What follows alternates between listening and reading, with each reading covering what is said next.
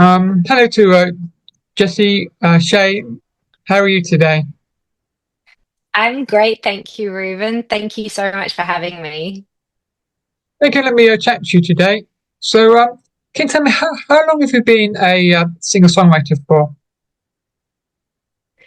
Well, that's actually a very interesting question because one of my earliest childhood memories is sitting on the swing singing songs to trees in my back garden as a young little one at about 6.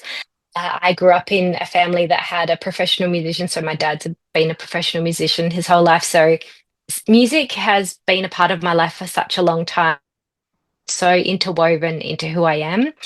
I didn't do it as a more of a professional side of things until I was in my late teens. And that's when I decided to study music correctly and properly and actually go to music college and started my first band. So yeah, it's been quite a while. But yes, I think music is so interwoven into who I am.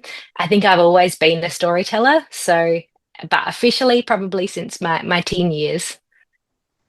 So, what was it like going to the recording studio? Recorded your debut single called "Sender." It was fantastic. I love going into the recording studio. In fact, Anthony, who I've had the privilege to be in a band with as well, it's his recording studio that I do most of my vocal recording in. I say to him when we've got a recording day set, it's like Disneyland for me, and he thinks I'm crazy. But it is honestly being in the studio is such a joy, and the precision around recording vocals and the preparation work that you have to do. You have to know exactly how you want to deliver the song, how you want to do your vowel sounds, how you want it to come across. For me, I have a very strong idea of what the pictures look like, what the song looks like as a movie, because then I'm visualizing that as I'm singing, so I can actually deliver the song in with the right emotion. So there is a lot of preparation, but it is so much fun. And yeah, I love doing a big day in studio. It is really, really great. And the day I did the final cut for Sender, I did a number of other songs that day as well. It was a really big day. So yeah, it is so much fun. And I'm really happy with how that song came out too. It was great. So, can you tell me more about the single that is called "Ghosts"? Yes, so with Ghosts, I wrote that song completely myself, and it was one of the first songs I'd actually done completely myself. I normally co-write my songs, which I love doing as well. It's so much fun to write with fellow musicians and friends. But I was sitting by the fire here in my farmhouse, and it was a cold winter's night, and I was just there with my guitar practicing because I'm not the best guitar player, but I try really hard. So I'm definitely much more of a singer than a guitar player, but I play it to as a comfort to myself sometimes because it's such a lovely sound. And I was just practicing some chords one night and doing a couple of different progressions, and this song basically just arrived that evening. I tidied it up the following day, and yeah, that's it came out, and it's a very simple song, but also it's quite an interesting arrangement. And so working with my main music mentor, Guy Cundell, he put together the arrangement and the musical taste and choices around that. There's a lot of space in the arrangement. And I don't know if you've had a chance to see the film clip, but I actually got to record that in a abandoned graveyard, which is not too far from where I live with my farm. And so it kind of all adds to the feel and the space in that song, which is, yeah, it's a bit ethereal, I feel. So, can you tell me more about "City Lights"? Certainly. So City Lights is a co-write that I did with my friend Mark Drilling. He had had this song rattling around for quite a while, and he'd done other co-writing sessions with other artists, and it hadn't actually landed anywhere. So when he sends me a musical idea, it's just like a guitar and the syllables of the song. And so I get a bit of an idea of what the melody is. And so I rewrote this story back to that musical concept. And he said, all I've got is city lights, because he'll normally give me a title, that's all. And then I've got to kind of create the story around it. And here, where we live in South Australia, especially where I live up in the hills, when you go down to the city, you go down the hills to the city and you can see the lights stretching out in front of you as you're going into the city, which is absolutely beautiful. And the lights twinkle, and it's such a pretty city in the evenings. So I had that visualization in my head when I wrote the song. And it's basically the story of a young couple and them going out and having a lovely night together. And so, yeah, again, I just had the movie reel in my head. And when I did the lyrics for the song, I tried to explain the movie reel that I was seeing. So you also did another song with Mark Drilling called Spaces, because that's your finest for the World Songwriters Awards finest. So Yes, must be proud to be being a finalist for that single. yes, that was a really, really lovely acknowledgement to have us get into the top 10 for that song. I really love Spaces. I love it because it's in 6/8. I love the meaning behind it. It's around, I'm sure many listeners and many listeners to your show have experienced times in their lives where they've had to actually dig deep and recreate themselves, pack up a house or pack up a home that they had with someone and move on and go to their next chapter in their life. And that's what that song is about. But especially being in 6A, and again, Guy Cundell, who is my musical mentor, he did the arrangement for that song because he is a master arranger. He does such an amazing job. And the musical choices, like in that song, there's like at the end of the bridge, there's a little French horn that if you weren't really listening hard, you couldn't hear it, but it's all those intricate layers that make it a really special song. And I'm really thrilled that Mark let me co-write that song with him, because when he sent me the music for it, I just knew it was going to be something very special. So it was really great to be able to put the lyrical story to the music that he had. So what was it like to record your debut album, Bowerbird? It Yeah, it's been a really wonderful bucket list tick off experience. I had this crazy idea a few years ago. I was just standing there one night and I thought, I'm going to do an album. And I'm not really sure exactly where it came from. The idea was buzzing around for a while because I was getting back into my music and really enjoying playing and writing again. But the idea and concept to do a full album, it started off going, oh yeah, I think I'll do an EP.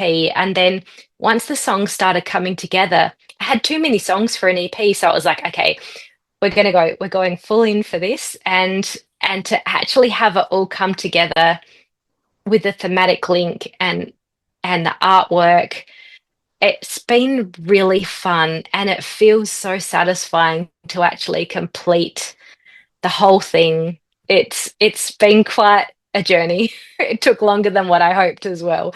Like any good thing does, it normally takes longer. So are you working on any new music in the near future? I certainly am. I actually have a number of new songs already pretty much ready to go. I have a concept for my next album.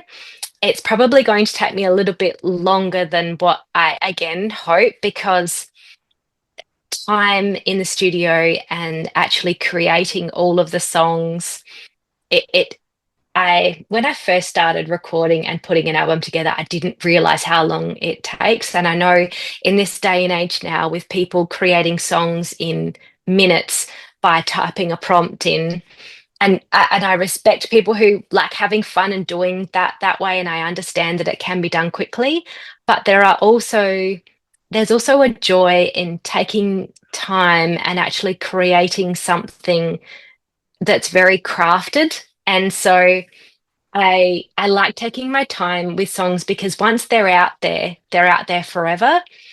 And I mean, I can be impatient like other people, and you can want to get things done faster, but I think you don't have a chance to have the level of artistry if you rush things. So, but yes, I do. I do definitely have some new songs in the pipeline.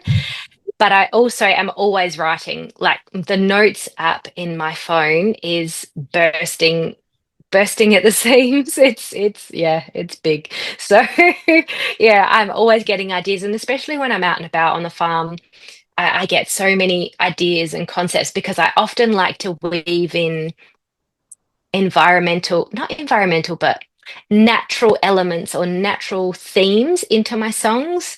And like I like Bowerbird is called Bowerbird because I love birds, but also it's collecting memories and collecting ideas and collecting life experiences. So for me, I like to weave that into what I write. So, what's it like being a independent artist for you? It's great because it's very freeing. You don't have to answer to someone who has a different idea of your artistry than you do. It's scary sometimes because of exactly the same thing. I'm really grateful I have a lot of wonderful musical friends and people around me that are experienced that I can go and ask advice from because it is always good to have someone as a touchstone to just check something with. But yeah, I mean, the music industry has changed a lot, and I think it's changing ever more so every month as things are progressing at a vast rate of knots in the technological side of our world. And without doing a million posts and a million short form videos for different social media content places. I don't want to name any specifically. Um, it's kind of like you just seem to be in a sea of content. But the best thing is there are still people that love to listen to good songs, and you just have to put things out there, be true to yourself, and hope that someone can find what you're doing and that resonates with it, and it means something to them too. So, I know you got to concentrate on your songwriting at the moment, but not only got a gig coming up, not yet. Maybe thoughts about coming over to the UK? Look, I would love to come to the UK. I have a lot of family in England and they would love to see me and I'd love to see them. And I also have a lot of wonderful friends that I've made through music that I would love to come and see their gigs and their performances. And I would also love to be able to bring some of my songs and sing to the amazing UK audiences. So that is definitely something I would love to do. And I'll never say never.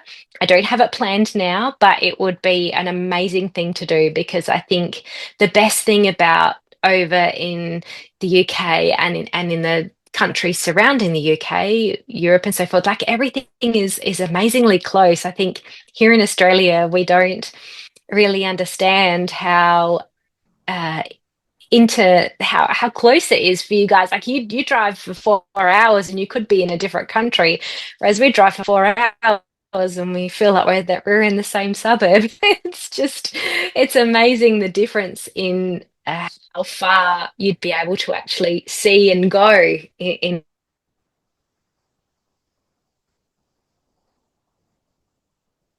So, finally, can you tell my listeners how can find you on your social media?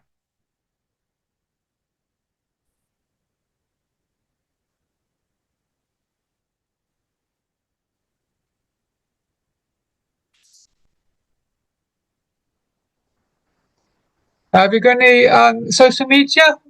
Um, I certainly do. I'm quite active on Instagram. I do have a Jessie Che music Facebook page as well. That's still relatively new, actually. I didn't do a dedicated music Facebook page for a while. And then once things started ramping up, I'm like, yeah, I really need to do this. I've got a music TikTok page, but to be honest, I'm not posting on that probably as much as I should. I love Instagram the best because I also love sharing the other parts of my life as well as my music. I love having pictures of my farm animals, and people love to follow along and see what they're doing as well. So, yeah, so that's really good. Of course, you can find me on the streaming platforms, Apple Music, YouTube, I love doing my film clips. So I've got a YouTube Vivo and also a standard YouTube, which is under Jessie Che Music. So if you put Jessie Che Music in, find my website, I've got all of my socials on there. So whatever people like to do, wherever they are, they can normally click on something and they'll be able to find me on pretty much most platforms. Thank let me chat to you today. Thank you so much. Enjoy the rest of your day. You too. Thanks, Ruben. Bye. Goodbye.